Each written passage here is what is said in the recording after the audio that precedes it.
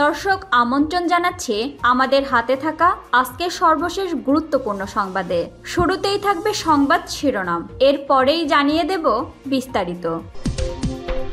বঙ্গভবন থেকে শেখ মুজিবের ছবি নামানো উচিত হয়নি বলেছেন রিজভী। গণমাধ্যমের ওপর সরকারের কোনো চাপ নেই বললেন নাহিদ ইসলাম। নতুন 2 উপদেষ্টার পদত্যাগ চেয়ে লিগ্যাল নোটিশ। টেন্ডারের সিন্ডিকেট ভাঙতে হবে বললেন উপদেষ্টা। ঢালাও মামলা নিয়ে সরকার বিব্রত বলেছেন আইন উপদেষ্টা। এতক্ষণ শুনছিলেন সংবাদ শিরোনাম, এখন জানাচ্ছি বিস্তারিত। বঙ্গভবন থেকে শেখ মুজিবের ছবি নামানো উচিত হয়নি বললেন রিজভী। বিএনপির সিনিয়র যুগ্ম মহাসচিব অ্যাডভোকেট রুহুল কবির রিজভী বলেছেন, জাতীয় স্বাধিকার আন্দোলনে তো শেখ মুজিবুর রহমানের অবদান আছে, এটা তো অস্বীকার করা যায় না। আমি মনে করি শেখ মুজিবুর রহমানের ছবি নামানো উচিত হয়নি। তার বিচার ইতিহাস বিচার করবে, জনগণ বিচার করবে।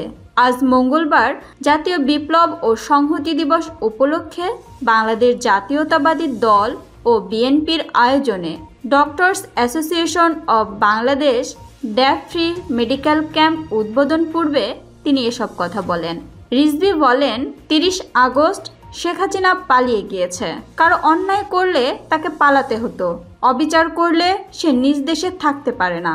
বঙ্গভবন থেকে শেখ মুজিবুর রহমানের ছবি নামানো প্রসঙ্গে তিনি বলেন, 15 আগস্টের পর খন্দকার মোশতাক বঙ্গভবন থেকে শেখ মুজিবুর রহমানের ছবি সরিয়ে ফেলেন, কিন্তু 7 নভেম্বরের পর জিয়াউর রহমান শেখ মুজিবুর রহমানের ছবি আবার বঙ্গভবনে প্রতিস্থাপন করেন।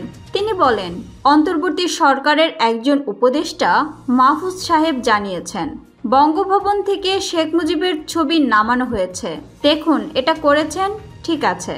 72 পরবর্তী সময়ে শেখ মুজিবুর রহমানের সময়ের হত্যা, খুন, লুণ্ঠন, ধর্ষণ সবই হয়েছে, এটা সবার জানা। তবে খন্দকার মোশতাক শেখ মুজিবুর রহমানের ছবি সরিয়ে ফেললে সেটি কিন্তু জিয়াউর রহমান প্রতিস্থাপন করেছেন। জাতীয় স্বাধিকার আন্দোলনে তো তার অবদান আছে। আমি মনে করি শেখ মুজিবুর রহমানের ছবি নামানো উচিত হয়নি। ইতিহাস করবে, বিচার জনগণ করবে। আমাদের জাতীয় ইতিহাসের আন্দোলনের তার যে অবদান সেটা তো অস্বীকার করা যায় না। আমরা তো আওয়ামী লীগের মতো সংকীর্ণ মনের নই। এজন্য বলছি শেখ মুজিবুর রহমানের ছবি নামানো উচিত হয়নি। গণমাধ্যমের ওপর সরকারের কোনো চাপ নেই বলেছেন নাহিদ ইসলাম। তথ্য ও সম্প্রচার উপদেষ্টা মোহাম্মদ নাহিদ ইসলাম বলেছেন, গণমাধ্যমের ওপর সরকারের কোনো চাপ নেই। এই স্বাধীনতাকে কাজে লাগিয়ে গণমাধ্যমকে সাহসের সঙ্গে বস্তুনিষ্ঠ সংবাদ পরিবেশন করতে হবে। তিনি মঙ্গলবার 12 নভেম্বর মন্ত্রণালয়ের সভাকক্ষে দৈনিক সংবাদপত্রের সম্পাদকদের সাথে অনুষ্ঠিত মতবিনিময় সভায় একথা বলেন। তথ্যের অবাধ প্রবাহের ওপর গুরুত্বারোপ করে নাহিদ ইসলাম বলেন, সঠিক তথ্য ব্যাপকভাবে প্রচার না হওয়ায় গুজব ও অপতথ্যের দ্বারা মানুষ প্রতিনিয়ত বিভ্রান্ত হচ্ছে। গুজব ও অপতথ্য প্রতিরোধে গণমাধ্যমকেই অগ্রণী ভূমিকা পালন করতে হবে। বৈষম্য বিরোধী আন্দোলনে গণমাধ্যমের ভূমিকা উল্লেখ করে তিনি বলেন, ছাত্র জনতার অভ্যুত্থানে যারা শহীদ ও আহত হয়েছেন তাদের আত্মত্যাগের গল্প গণমাধ্যমে প্রচার করতে হবে। আন্দোলনের শহীদ ও আহতদের জনস্মৃতিতে রাখতে গণমাধ্যমকে দায়িত্বশীল ভূমিকা পালন করতে হবে। বিগত ফ্যাসিবাদী সরকারের সমালোচনা করে উপদেষ্টা বলেন, ওই সময় অনেক গণমাধ্যম কর্মী ভয়ে সত্য ঘটনা প্রকাশ করতে পারেননি। এখন সেই সময় কেটে গেছে। উপদেষ্টা ফ্যাসিবাদী সরকারের গুম ও দুর্নীতি সহ সকল অপকর্মের তথ্য গণমাধ্যমে প্রচারের জন্য সাংবাদিকদের প্রতি আহ্বান জানান। গণমাধ্যমের গঠনমূলক সমালোচনাকে স্বাগত জানিয়ে তিনি বলেন, বর্তমান অন্তর্বর্তী সরকার গণমাধ্যমের স্বাধীনতায় বিশ্বাস করে। জনগণের কাছে সঠিক তথ্য পৌঁছানোর ক্ষেত্রে সরকার গণমাধ্যমের কার্যকর ভূমিকা প্রত্যাশা করে। গণমাধ্যমের সংস্কার প্রসঙ্গে নাহিদ ইসলাম বলেন, সরকার গণমাধ্যমের সংস্কারের লক্ষ্যে ইতোমধ্যে কমিশন গঠন করেছে। কমিশনের প্রতিবেদনের ভিত্তিতে গণমাধ্যমের সংস্কার করা হবে। মতবিনিময় সভায় পত্রিকার সম্পাদকরা বলেন, বর্তমান সময়ে গণমাধ্যমের ওপর সরকারের কোনো হস্তক্ষেপ নেই, যা স্বাধীন সাংবাদিকতার জন্য আশীর্বাদ। দেশের সুশাসন প্রতিষ্ঠায় গণমাধ্যমের কার্যকর ভূমিকা রয়েছে। তারা বলেন, গত 16 বছর গণমাধ্যম সঠিক ভূমিকা পালন করলে দেশে ফ্যাসিবাদের উত্থান হতো না। মতবিনিময় সভায় ইংরেজি পত্রিকার জন্য আলাদা নীতিমালা প্রণয়নেরও দাবি জানানো হয়। মতবিনিময় সভায় তথ্য ও সম্প্রচার মন্ত্রণালয়ের সচিব মাহবুবা ফারজানা, চলচ্চিত্র ও প্রকাশনা অধিদপ্তরের মহাপরিচালক আবুল কালাম মোহাম্মদ শামসুদ্দিন, বাংলাদেশ সাংবাদিক কল্যাণ ট্রাস্টের ব্যবস্থাপনা পরিচালক মোহাম্মদ আবদুল্লাহ এবং দৈনিক পত্রিকার সম্পাদক ও প্রতিনিধিরা উপস্থিত ছিলেন। নতুন 2 উপদেষ্টার পদত্যাগ চেয়ে লিগ্যাল নোটিশ। অন্তর্বর্তীকালীন সরকারের নতুন নিয়োগ পাওয়া উপদেষ্টা চলচ্চিত্র নির্মাতা মুস্তফা সরোয়ার ফারুকী ও ব্যবসায়ী শেখ বছির উদ্দিনের পদত্যাগ চেয়ে লিগ্যাল নোটিশ দিয়েছেন এক আইনজীবী।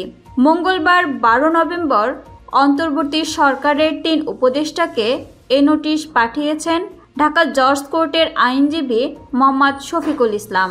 নোটিশ পাওয়ার পর 3 দিনের মধ্যে তাদের পদত্যাগ কার্যকর করার দাবি জানানো হয়েছে এই নোটিশে। অন্যথায় ওই আইনজীবী নিজেকে উপদেষ্টা মণ্ডলীতে অন্তর্ভুক্ত করার আবেদন জানিয়েছেন। নোটিশে বলা হয়েছে, ফ্যাসিস্ট সরকারের উপাদান বিদ্যমান এমন ব্যক্তিদের উপদেষ্টা মণ্ডলীতে অন্তর্ভুক্ত করা হয়েছে, যা দুঃখজনক, অনাকাঙ্ক্ষিত ও অনভিপ্রেত। আমরা চাই তাদের পদত্যাগের মধ্য দিয়ে অন্তর্বর্তীকালীন সরকার কলঙ্ক মুক্ত ও বিতর্কিত মুক্ত হোক। টেন্ডারের সিন্ডিকেট ভাঙতে হবে বললেন উপদেষ্টা। পরিবেশ, বন ও জলবায়ু পরিবর্তন এবং পানি সম্পদ উপদেষ্টা সৈয়দা রিজওয়ানা হাসান বলেছেন, সরকারি বিভিন্ন কাজ বাস্তবায়নের জন্য টেন্ডারের দরপত্রর মাধ্যমে কাজ দেওয়ার ক্ষেত্রে একটা সিন্ডিকেট হয়ে গেছে। এই সিন্ডিকেটটাকে ভাঙতে হবে।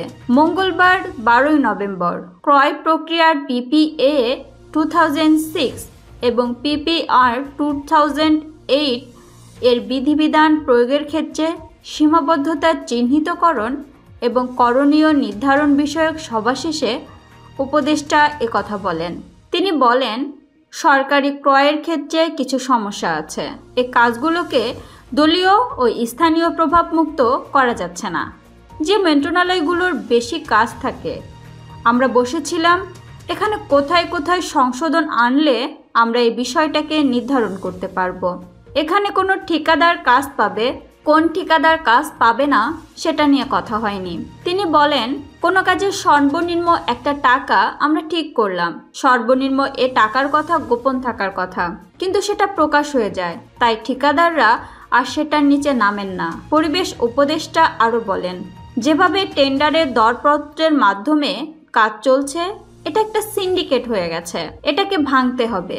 পাবলিক প্রকিউরমেন্টের ক্ষেত্রে কোথায় কোথায় ব্যত্যয় আছে, কোথায় কোথায় সংযোজন বিয়োজন করলে আমরা এই সিন্ডিকেটটা কিছুটা হলেও নিয়ন্ত্রণ করতে পারবো, সেটা বোঝার জন্যই আজকের এই আলোচনা। পরিবেশ ও বন উপদেষ্টা বলেন, প্রকল্পের ক্ষেত্রে বিভিন্ন অনিয়ম দূর করার প্রক্রিয়াটা আজকে শুরু হলো। দেখা যাক কতদূর কি করা যায়। প্রকল্পের তথ্য প্রকাশ করা হয় না, এ বিষয়ে দৃষ্টি আকর্ষণ করলে তিনি বলেন, আগে ত্রাণ দেওয়ার সময় একটা বোর্ডে লেখা থাকতো এত মন গম, এত মন চাল। এটাই আমরা বললাম, আপনি যে বলছেন 100 কোটি টাকার প্রকল্প, ব্রেকডাউনটা যাতে জেলা প্রশাসকরা প্রকৃত উপভোগকারীদের ডেকে এনে আলোচনা করে যে এটা হবে। জেলা প্রশাসক তার মনোনীত লোকদের ডেকে গণশুনানি করলে তো হবে না। অনেক সময় প্রকল্পের সময় এবং ব্যয় বাড়ানো হয়, এতে অনেকে লাভবান হয়। সে বিষয়গুলো বন্ধের সিদ্ধান্ত নেওয়া হবে বলে জানান উপদেষ্টা। সচিবালয়ের শিক্ষা মন্ত্রণালয়ের সভাকক্ষে এই সভায় সভাপতিত্ব করেন পরিকল্পনা মন্ত্রণালয় ও শিক্ষা মন্ত্রণালয়ের উপদেষ্টা ওয়াহিদুদ্দিন মাহমুদ। ঢালাও মামলা নিয়ে সরকার বিব্রত, বললেন আইন উপদেষ্টা। রাজনৈতিক প্রতিহিংসার কারণে বা ভুক্তভোগী হয়ে ঢালাওভাবে যেসব হামলা করা হচ্ছে তা নিয়ে সরকার বিব্রত বলে জানিয়েছেন আইন উপদেষ্টা আসিফ নজরুল। এটি কিভাবে মোকাবেলা করা যায় তা বিচার বিভাগীয় কমিশনের কাছে পরামর্শ চাওয়া হয়েছে বলেও জানান তিনি। মঙ্গলবার বিকেলে বিচার প্রশাসন প্রশিক্ষণ ইনস্টিটিউটে আইন উপদেষ্টার সাথে বিচার বিভাগ সংস্কার কমিশনের বৈঠক শেষে এসব কথা বলেন তিনি আরও বলেন, ভবিষ্যতে বিচার বিভাগে সব বিচারপতি নিয়োগ যুবকোপযোগী আইনের মাধ্যমে হবে। মেধাবীরা যেন বিচারপতি হিসাবে আসতে পারে, এজন্য বিচার বিভাগ সংস্কার কমিশনের কাছে সহযোগিতা চাওয়া হবে বলেও জানান তিনি। এ সময় আসিফ নজরুল বলেন, বিগত সরকার নিজেরা অনেক গায়েবী মামলা করেছে, তবে এখন এসব মামলা নেওয়া হচ্ছে না। বিচার বিভাগ সংস্কার কমিশনের কাজে লজিস্টিক কিছু সমস্যা আছে জানিয়ে আইন উপদেষ্টা বলেন, তবে তিনি আশাবাদী